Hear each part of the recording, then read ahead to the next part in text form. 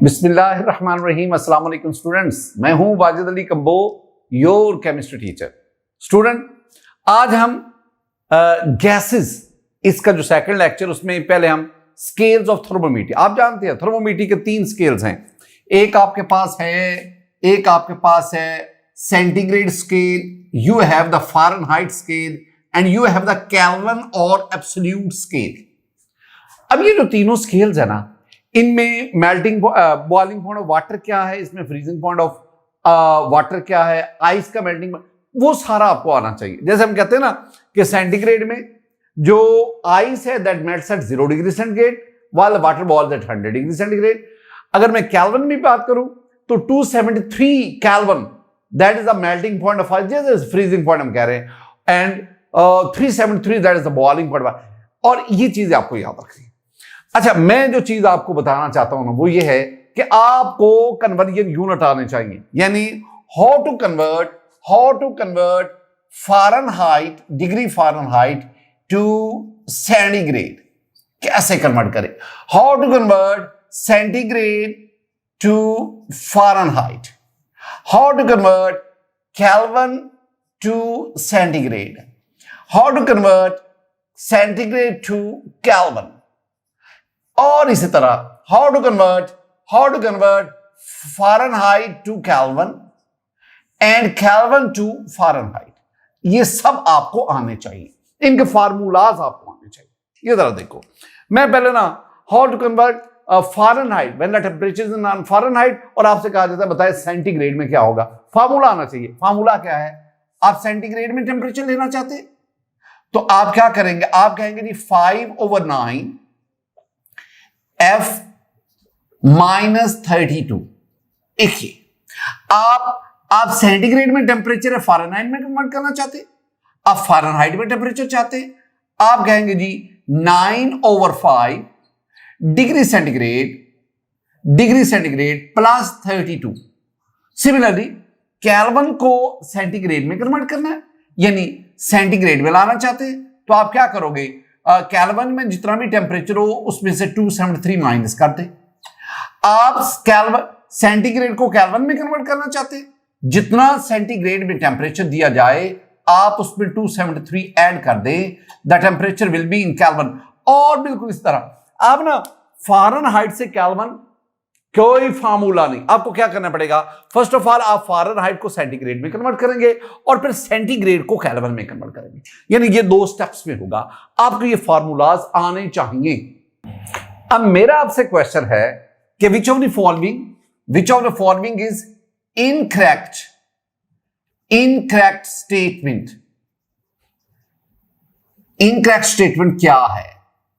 अच्छा जी, मैं option A आपको देता हूं। ऑप्शन ए है कि 1 degree centigrade that is equal to 1 Kelvin. Option B आपके पास है ये मैं कहता हूं जी 0 degree centigrade that is equal to 273 kelvin.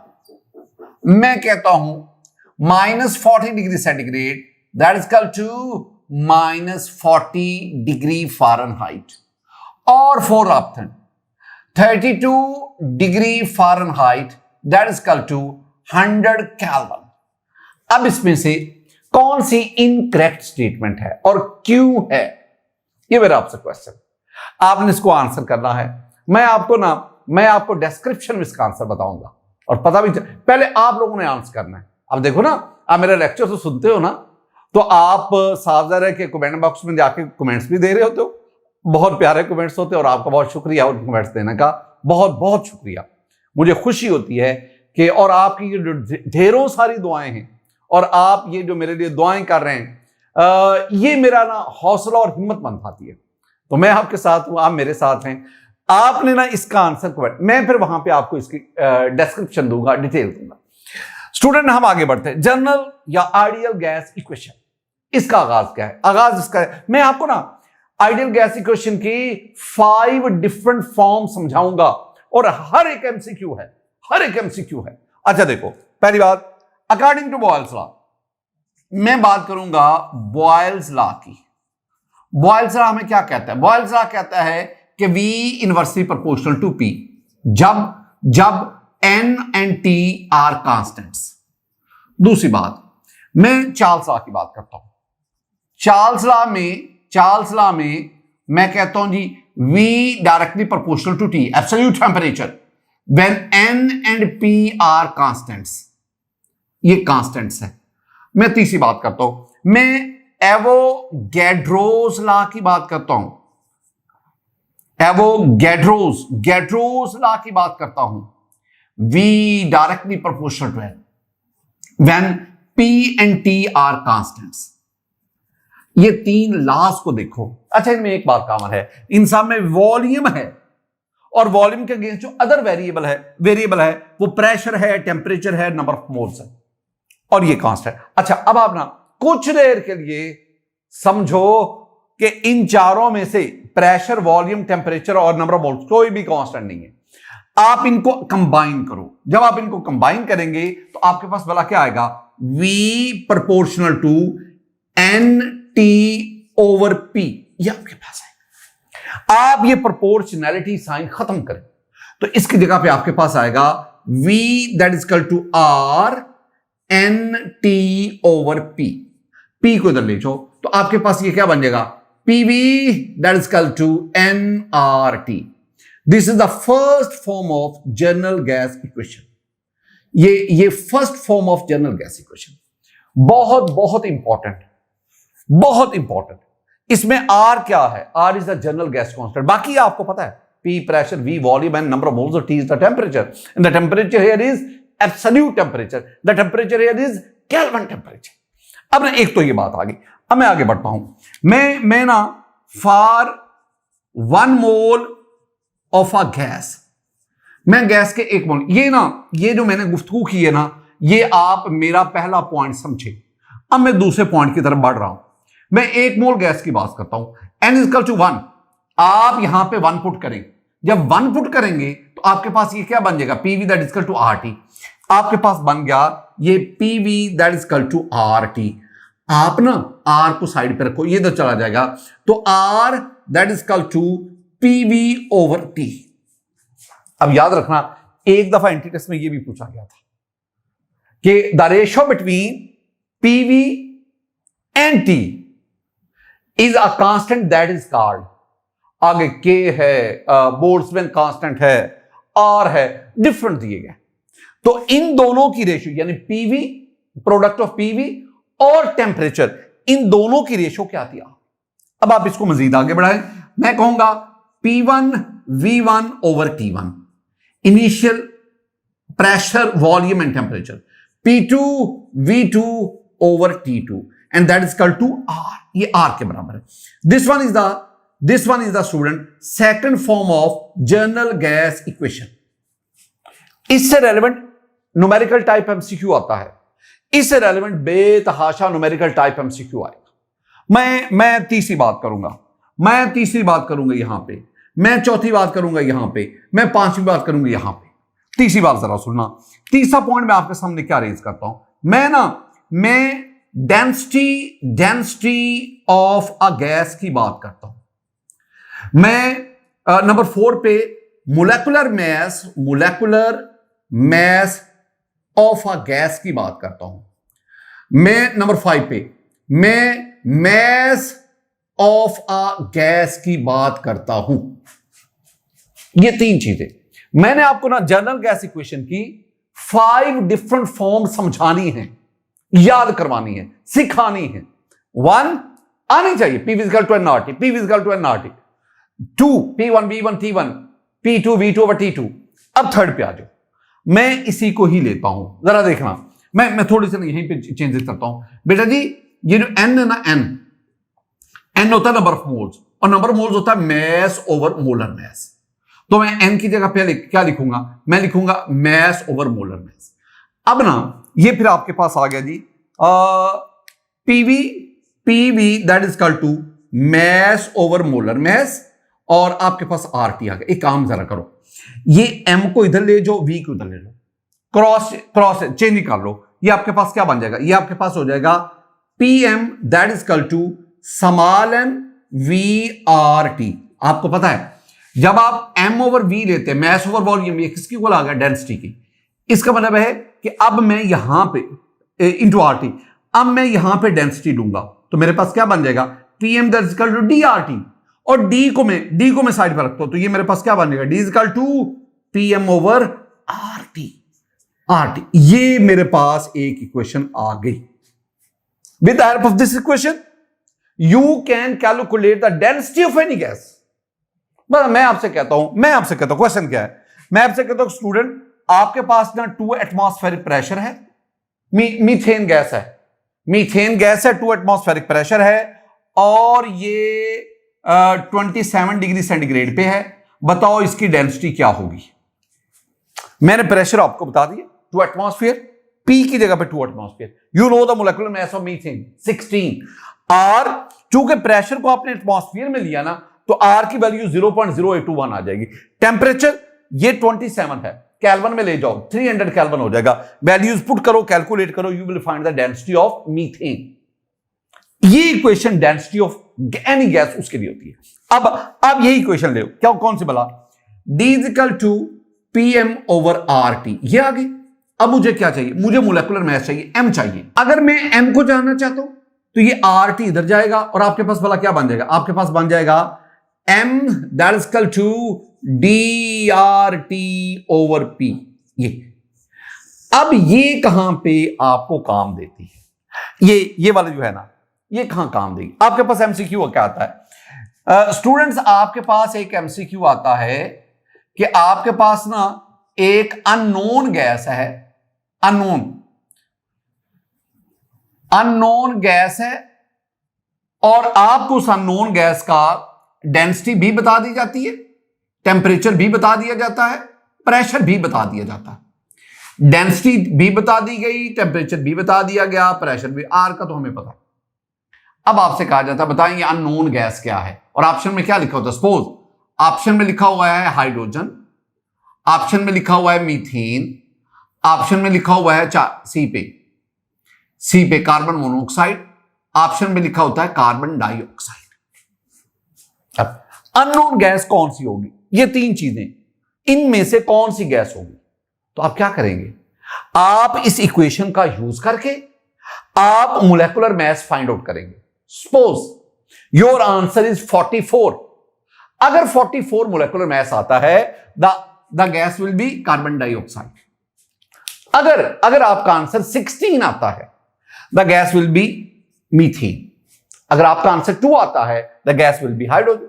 अगर आंसर 28 आता है the gas will be carbon monoxide. इसका मतलब है कि आप अननोन गैस इस इक्वेशन की मदद से आप उसका मोलेकुलर मास लेते हैं और फिर आप देख लेते हैं कि ऑप्शन में किस गैस का मोलेकुलर मास टैली कर रहे हैं। नेक्स्ट हम चलते हैं मास ऑफ अ गैस। बेटा जी इसी को लो, ये वाली जो आपके पास इक्वेशन है, इस इक्वेशन को लो। इस इक्वेशन में आप जानना क्या चाहते हैं, अब मैं m को जानना चाहता हूं, मास को। अगर m को जानना है तो ये कैपिटल M इधर चला जाएगा और आर टी इधर नीचे आ जाएगा, तो आपके पास क्या बनेगा, ये m mass of the gas that is equal to PmV over RT, ये आपके पास है। This one is the 5th form of general gas equation. इस सारी गुफ्तगू में मैंने आपको क्या समझाया, पहली बात ये मैंने आपको first, second, third, fourth, fifth, these 5 are different form of general gas equation. एक और बात, ये जो मैंने आपके सामने 3 लाए हैं, बल्कि ये भी, ये सारी की सारी ना एक्चुअली इससे डिराइव की गई है। एक्चुअल तो ये है ना, this one is the general gas equation, ये बाकी तो मैंने उससे डिराइव की गई है ना। तो general gas equation help us to find, मैं एक एमसीक्यू को आंसर कर रहा हूं, general gas equation helps us to find density of a gas, molecular mass of a gas and the mass of the gas. इससे और याद रखना दूसरी बात, एक तो ये पॉइंट आ गया, दूसरा पॉइंट, ये जो मैं आपके सामने मुख्तलिफ रिलेशन लिख रहा हूं ना, ये रिलेशन सिर्फ और सिर्फ आइडियल गैसेस पर एप्लीकेबल है। अगर real gases ideal behaviour show करते हैं तो डेफिनेटली ये उन पर एप्लीकेबल होते हैं। अब हम आगे बढ़ते हैं और मेरा टारगेट क्या है, मेरा टारगेट है ये आर, जिसे हम क्या कहते हैं, हम इसे कहते हैं जनरल गैस कांस्टेंट। आइए इसकी तरफ बढ़ते हैं स्टूडेंट। अब हम पढ़ते हैं जनरल गैस कांस्टेंट आर। मैं आपको एक छोटा सा पॉइंट समझाता चलूं। मैं ये जो आपको टीचिंग कर रहा हूं ना, मेरा सिर्फ एक बुनियादी मकसद है कि मैं अब आपको एफएससी से हटाकर आपको एंटी टेस्ट पे लाऊं। मैं आपको एफएससी और एंटी टेस्ट के डिफरेंसेस बता रहा हूं। मैं आपको बता रहा हूं कि कैसे एंटी टेस्ट एफएससी से मुख्तलिफ है। मैं आपकी सोच को, मैं आपके समझने के अंदाज को बदलना चाहता हूं, और यह सारे का सारा काम उस बिग डे के लिए है जिस दिन आप एमडी कैट का, एनएमडी कैट का टेस्ट दे रहे होंगे। उस दिन आप अपनी तमाम जो इंफॉर्मेशन है, जो कंसेप्ट है, जो डाटा है, जो ग्राफ है, जो टेबल्स हैं, इनको इस तरह वेल अरेंज करो, इस तरह खूबसूरत अंदाज में करो कि ये सारी की सारी बातें आपको याद रहें। इस तरह मैं आपको ना, ये जो मैंने बात की ना, जरा इसका सबूत देखो कि मैं कैसे आपको चीजें, मैं आपको ना जनरल गैस कांस्टेंट, इसके बारे में 6-7 पॉइंट समझाऊंगा, उन्हीं में से एक पूछा जाएगा। अब क्या आपने काम ये करना है कि आपने ना values and units of R, मैं इसको डिस्कस कर रहा हूं। आपने ना ये कुछ वैल्यूज याद करनी, यानी आपको आना चाहिए 0.0821, 62.4, 62400, 8.3143, 8.3143, 1.987, 8.3143 मल्टीप्लाई बाय 10⁻⁷। ये आपको ना ये वैल्यूज आनी चाहिए, इसको तो भाई याद करना पड़ेगा, इसको इसके बगैर तो गुजारा ही नहीं। अब आपने ना 4 चीजें यहां पे, 4 यूनिट्स यूज करने। एक आपने प्रेशर का, प्रेशर, उसके बाद वॉल्यूम, उसके बाद नंबर ऑफ मोल्स, और फिर टेम्परेचर। एक काम करो, आपने ये 1 2 3 4 5 6 7, ये जो 7 आपने वैल्यूज लिखी, ये 2 दफा मैंने रिपीट की हैं। ये जो आपने वैल्यूज लिखी, हर एक के आगे, हर एक वैल्यू के आगे आप ये लिखो, क्या बोला? पर मोल पर केल्विन, पर मोल पर केल्विन, पर मोल per Kelvin, and you have per mole per Kelvin, you have per mole per Kelvin, you have per mole per Kelvin, and you have per mole per Kelvin. या इसका मतलब है ये जो मैंने R की जितनी भी वैल्यूज लिखी हैं, इन सब के लिए नंबर ऑफ मोल्स और टेम्परेचर के यूनिट सेम हैं। हां, अब इस वैल्यू के लिए आपके पास जो प्रेशर है ये एटमॉस्फेयर में है, वॉल्यूम किस में है? डीएम क्यूब में है। ये पहली बात, यानी पहली आपके पास वैल्यू जो याद रखनी है ना वो ये है 0.0821 एटमॉस्फेयर डीएम क्यूब पर मोल पर केल्विन। ये सारी गुफ्तगू होगी। अच्छा, ये अपना एटमॉस्फेयर को टॉर में कन्वर्ट कर दो। टॉर भी होता है, आप इसको mm/Hg भी कह सकते हैं, क्योंकि 1 टॉर दैट इज कॉल्ड, और ये आपके डीएम क्यूब में रहने दो। अब यहां पे आपने प्रेशर का यूनिट चेंज किया, वॉल्यूम का सेम रहने दिया। अब प्रेशर का सेम रहने दो, वॉल्यूम को सेंटीमीटर क्यूब में ले जाओ। अब ये आपके पास जो आएगा ना, ये है न्यूटन मीटर। और याद रखना कि 1 newton metre that is equal to 1 joule. तो यहां पे न्यूटन मीटर आया, मैंने वहां पे क्या लिख दिया? जाउल। तो आपके पास वैल्यू क्या आ गई? 8.3143 जाउल पर मोल पर केल्विन। और एक और बात, 1 calorie that is equal to 4.184 joule. अब याद रखना, calorie is a bigger unit than joule. 4 joule इकट्ठे हों फिर एक कैलोरी बनती है। ये कह सकते हैं कि कैलोरी जाउल से 4 टाइम बिगर यूनिट है। अच्छा, मैं ये एफएससी है, ये एफएससी है। अगर एक कैलोरी 4.184 जाउल के बराबर है तो जरा बताओगे कि 1 जाउल कितने कैलोरी के बराबर है? क्या करोगे भला? आप इस 4.184 इसको 1 पे डिवाइड कर देंगे तो आपके पास आंसर जो आएगा ये खुद करना है आपने, ये खुद करना। कैलकुलेटर आपके पास है, चलो लगाओ वैल्यूज और इसको कैलकुलेट करो। मैं क्या करूंगा, मैं ये जो जाउल है इसको मैं कैलोरी में कन्वर्ट करना चाहता हूं, तो मैं क्या करूंगा, मैं इस वैल्यू को एडजस्ट करूंगा। तो मेरे पास जो आंसर आएगा वो यहां पे आ जाएगा कैलोरी। यानी मैं इस 8.3143 इसको 4.184 पर डिवाइड करूंगा। जब डिवाइड करूंगा तो मेरे पास ये आंसर आ जाएगा। एक और चीज, ये जो ना joule, 1 joule that is equal to 10 raised power 7 अर्ग। कैलोरी बड़ा यूनिट है, जाउल उससे छोटा है, और अर्ग ये तो जाउल से भी छोटा यूनिट। तो मैंने क्या किया, मैंने इसको यहां पे अर्ग लिख दिया, यानी जाउल की जगह पे मैंने 10 raised power 7 अर्ग, जाउल की जगह पे 10 raised power 7 अर्ग। ये मैंने आपके पास डिफरेंट वैल्यूज लाए। अब एक तो ये क्वेश्चन आ गया, ये मैं साथ साथ जो बातें बताता हूं ना, ये आपको आनी चाहिए। जो बीच में से बातें बोल रहा होता ना, that must mean your right up, वो आपको लिखना है। अब सवाल मेरा क्या पैदा हुआ कि ये जो मैंने आर की 2 3 4 5 6 7 डिफरेंट वैल्यूज और उनके यूनिट्स लिखे, ये आए कहां से, ये कहां से आया, कैसे कैलकुलेट किया, ये रट्टा लगाया? कोई रट्टा नहीं है, डिस्कशन है, समझने वाली बात है। देखो मैंने क्या किया, मैंने जनरल गैस इक्वेशन को लिया। आप जानते हैं general gas equation, that is equal to PV that is equal to nRT. R को हमने लेना है, तो आर किसके बराबर होगा, R that is equal to PV over n t.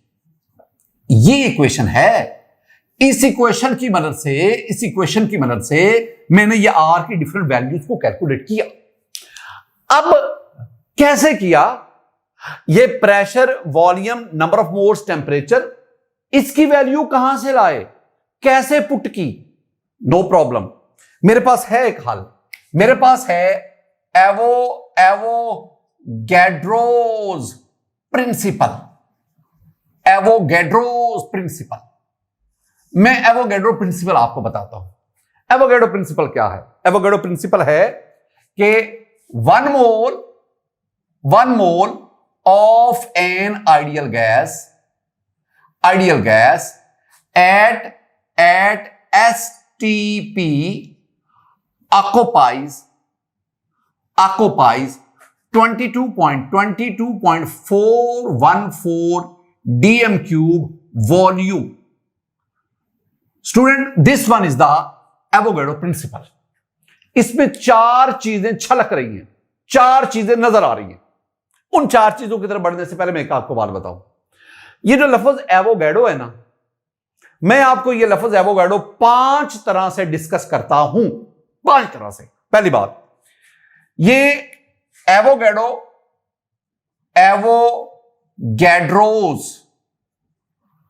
एक होता है एवोगैड्रोस नंबर, एक होता है एवोगैड्रो कांस्टेंट, एक होता है एवोगैड्रो लॉ, एक होता है Avogadro principle, and we have Avogadro hypothesis. ये 5 चीजें आपको इन 5 का पता होना चाहिए। Avogadro number, you know Avogadro number 6.022 10 raised power 23। Avogadro number आप इसको Na से रिप्रेजेंट करते हैं। एवोगैड्रो कांस्टेंट, एवोगैड्रो नंबर लेकर पर मोल आगे ये यूनिट लगा दो, एवोगैड्रो कांस्टेंट हो गया। Avogadro law, V directly proportional to N, this one is the Avogadro law. Avogadro principle, ये जो मैंने लिखा, और एवोगैड्रो हाइपोथेसिस भी यही है, ये जो मैंने लिखा आपके सामने। अच्छा अब आओ, मैंने क्या कहा कि इसमें 4 चीजें छलक रही हैं, नजर आ रही हैं। पहली बात, आपके पास 1 मोल, ये N की वैल्यू आ गई, N दैट is equal to 1 mole, okay, N की वैल्यू आ गई। दूसरी बात, स्टैंडर्ड टेम्परेचर एंड प्रेशर हो चुकी है। पहले बात, ये जो टेम्परेचर होगा ये आपने 273 केल्विन लेना है। क्या डिग्री सेंटीग्रेड में काम नहीं चलेगा? नो, क्यों? आप ना ये जो टी ले रहे हैं ना, ये टी, ये कहां से आई है? ये टी चार्ल्स लॉ से आई है, और चार्ल्स लॉ में ये जो टेम्परेचर है ये आप केल्विन स्केल में लेते हैं, एब्सोल्यूट टेम्परेचर लेते हैं। इसलिए temperature must be in kelvin scale. Fahrenheit और डिग्री सेंटीग्रेड सवाल ही नहीं पैदा होता, वो ऑप्शन से निकाल दो। अच्छा ठीक हो गया, टी तो हो गया। अब पी, प्रेशर क्या है बेटा जी? Standard pressure. स्टैंडर्ड प्रेशर आपके पास जो है ना, स्टैंडर्ड प्रेशर वो है 1 एटमॉस्फेयर। अच्छा, क्या 760 टॉर भी हो सकता है? व्हाई नॉट, क्यों नहीं? क्या 10, 13, 25 भी हो सकता है? बिल्कुल हो सकता है। और आप जानते हैं ना, आप जानते हैं कि ये वाला जो है 10, 13, 25, ये सिस्टम इंटरनेशनल में ये प्रेशर का यूनिट है। तो ये 1 एटमॉस्फेयर, ये वाली ये एक ही चीज है। मैं कहता हूं इस वक्त कमरे में हवा का प्रेशर 1 एटमॉस्फेयर है, फिर मैं कहता हूं नहीं 760 टॉर, भाई एक जितना ही है, एक ही अमाउंट है, और ये भी एक ही अमाउंट है। तीनों में से जो मर्जी यूज करें, जो आपका दिल करे। तीसरी बात, चौथी 1 2 3 और फोर्थ वन, वॉल्यूम कितना है 22.414 डीएम क्यूब। अच्छा जी, क्या इस वॉल्यूम को सेंटीमीटर क्यूब में कन्वर्ट कर सकते हैं? भाई नॉट। आप ये पॉइंट इधर ले जाए, ये 22.414 सेंटीमीटर क्यूब। क्या मीटर क्यूब में कन्वर्ट कर सकते हैं? यस। इसको 3 डिजिट इधर ले जाओ, ये हो जाएगा 0.02214 मीटर क्यूब। ये मीटर क्यूब।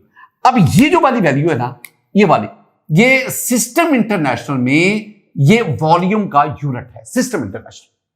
स्टूडेंट, ये मैंने आपके सामने ये 4 चीजें लिखी। अब आप इसके साथ इसको भी शामिल करें ना, इसके साथ ये मैंने आपके सामने 4 चीजें लिखी, इनको भी शामिल करें। कौन कौन सी? Number of moles, temperature.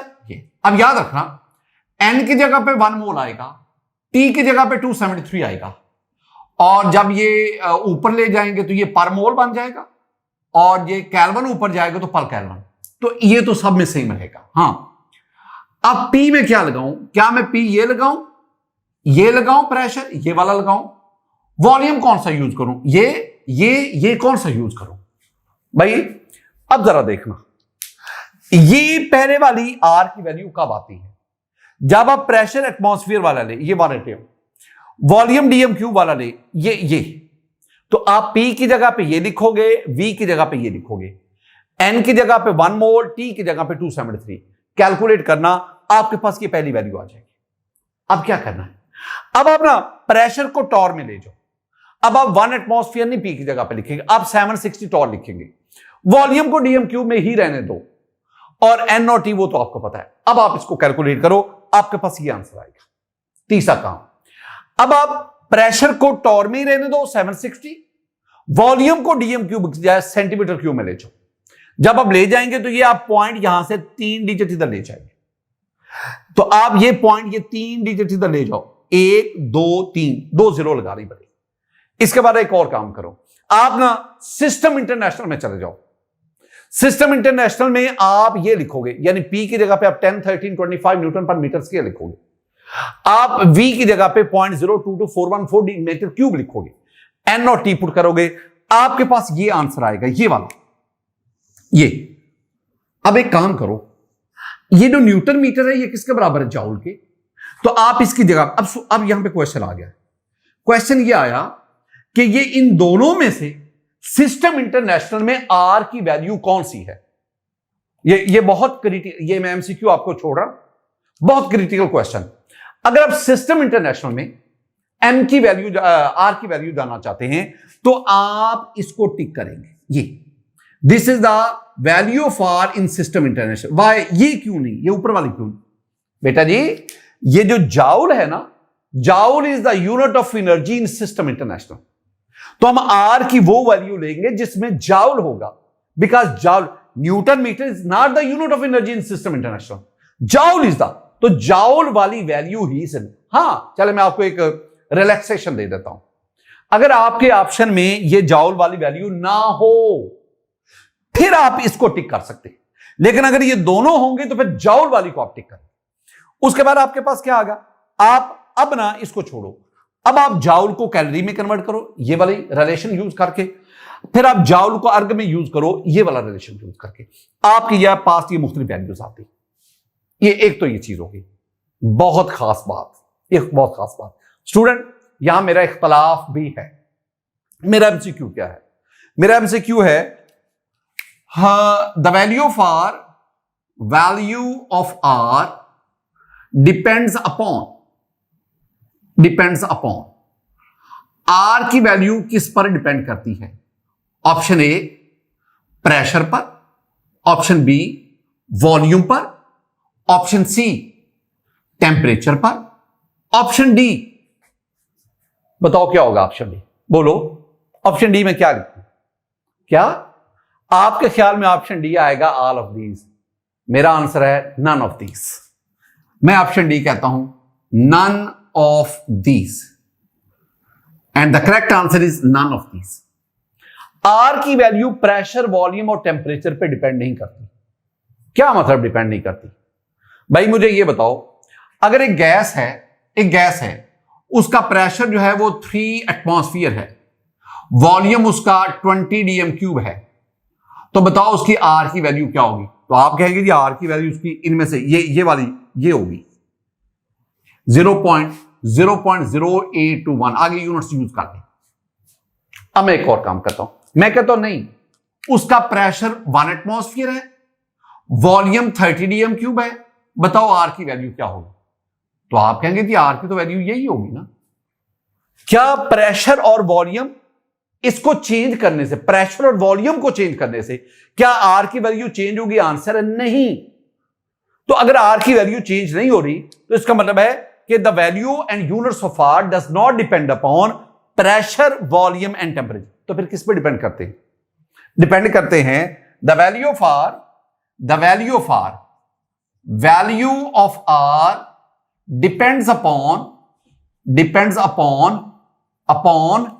units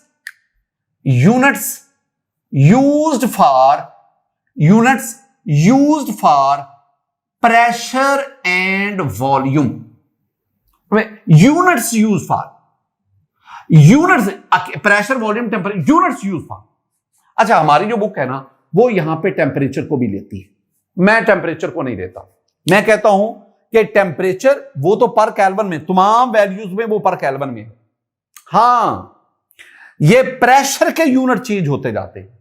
pressure के यूनिट चेंज होने से हमारे पास आर की मुख्तलिफ वैल्यूज आती हैं। तो मैं तो इन दोनों पे मैं तो कहता हूं the value for depends upon units use for pressure and volume. हमारी बुक कहती है the value for depends upon units use for pressure, volume and temperature. मैंने दोनों बातें आपके सामने। एक और बात, असल जो काम है वो क्या है? फिजिकल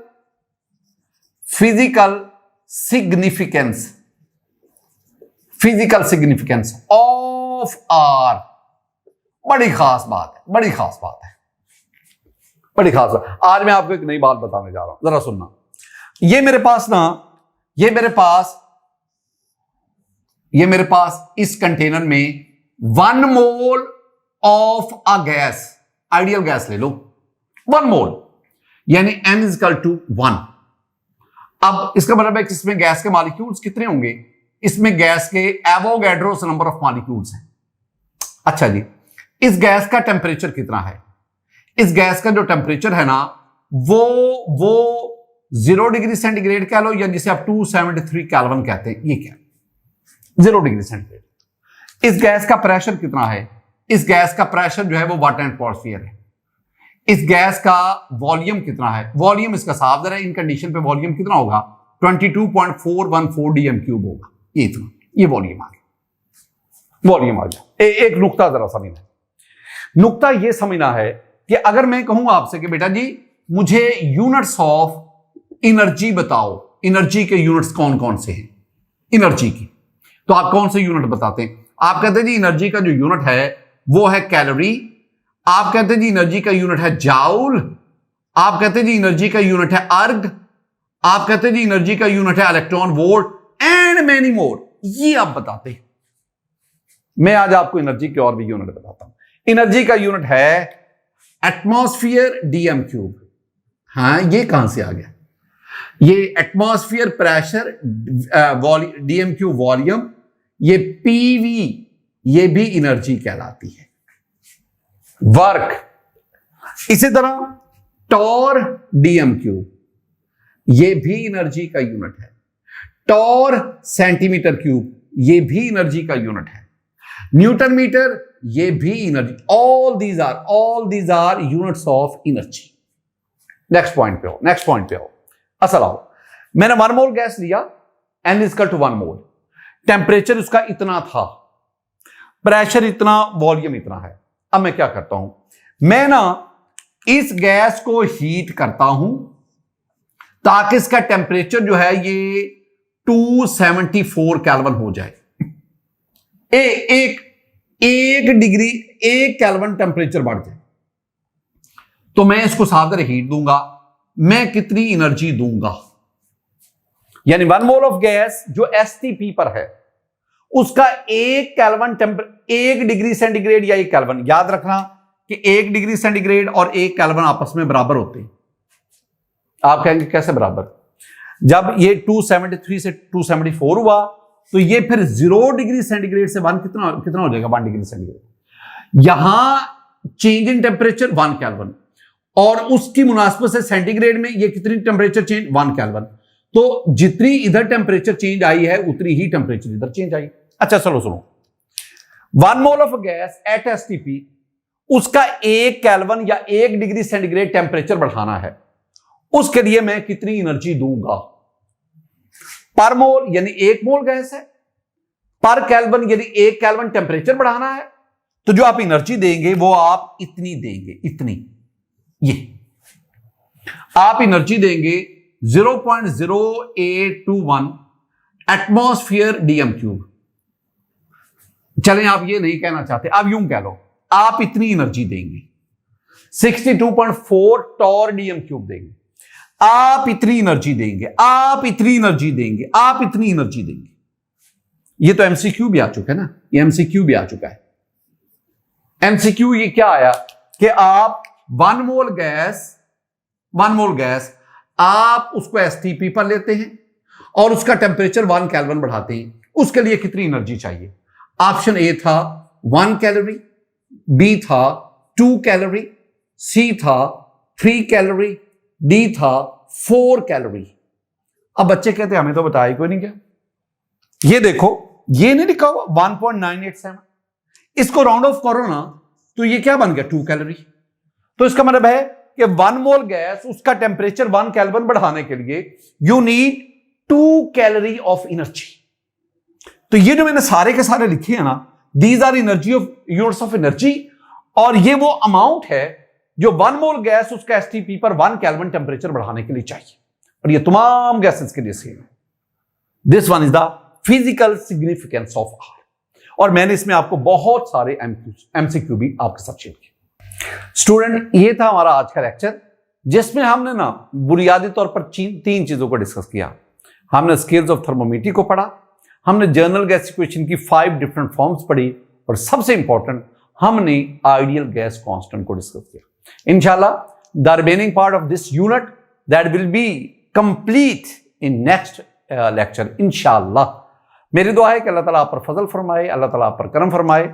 आप जो नए हमारे व्यूअर्स हैं वो इस चैनल को सब्सक्राइब करें, बेल आइकन को जरूर पुश किया करो, ताकि जो नया लेक्चर आए, जो नई वीडियो आए, उसका आप तक टेक्स्ट मैसेज पहुंचता रहे। अल्लाह ताला आप पर फजल फरमाए, अल्लाह ताला आप पर करम फरमाए। अस्सलामु अलैकुम व रहमतुल्लाह।